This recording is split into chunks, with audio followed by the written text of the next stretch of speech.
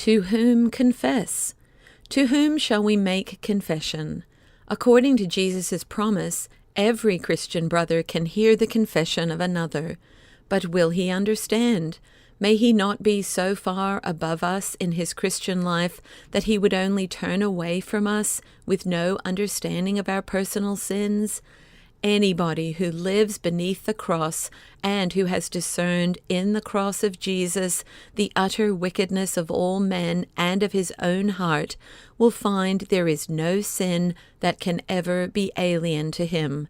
Anybody who has once been horrified by the dreadfulness of his own sin that nailed Jesus to the cross will no longer be horrified by even the rankest sins of a brother. Looking at the cross of Jesus, he knows the human heart. He knows how utterly lost it is in sin and weakness, how it goes astray in the ways of sin, and he also knows that it is accepted in grace and mercy. Only the brother under the cross can hear a confession. It is not experience of life, but experience of the cross that makes one a worthy hearer of confessions.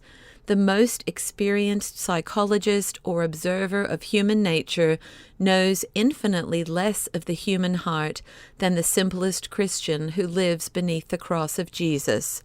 The greatest psychological insight, ability, and experience cannot grasp this one thing: what sin is. Worldly wisdom knows what distress and weakness and failure are, but it does not know the godlessness of men, and so it also does not know that man is destroyed only by his sin and can be healed only by forgiveness. Only the Christian knows this. In the presence of a psychiatrist, I can only be a sick man. In the presence of a Christian brother, I can dare to be a sinner. The psychiatrist must first search my heart, and yet he never plumbs its ultimate depth. The Christian brother knows when I come to him, here is a sinner like myself, a godless man who wants to confess and yearns for God's forgiveness. The psychiatrist views me as if there were no God. The brother views me as I am before the judging and merciful God in the cross of Jesus Christ. It is not lack of psychological knowledge, but lack of love for the crucified Jesus Christ that makes us so poor and inefficient in brotherly confession. In daily, earnest living with the cross of Christ, the Christian loses the spirit of human censoriousness on the one hand and weak indulgence on the other, and he receives the spirit of divine severity and divine love. The death of the sinner before God and life that comes out of that death through grace become for him a daily reality.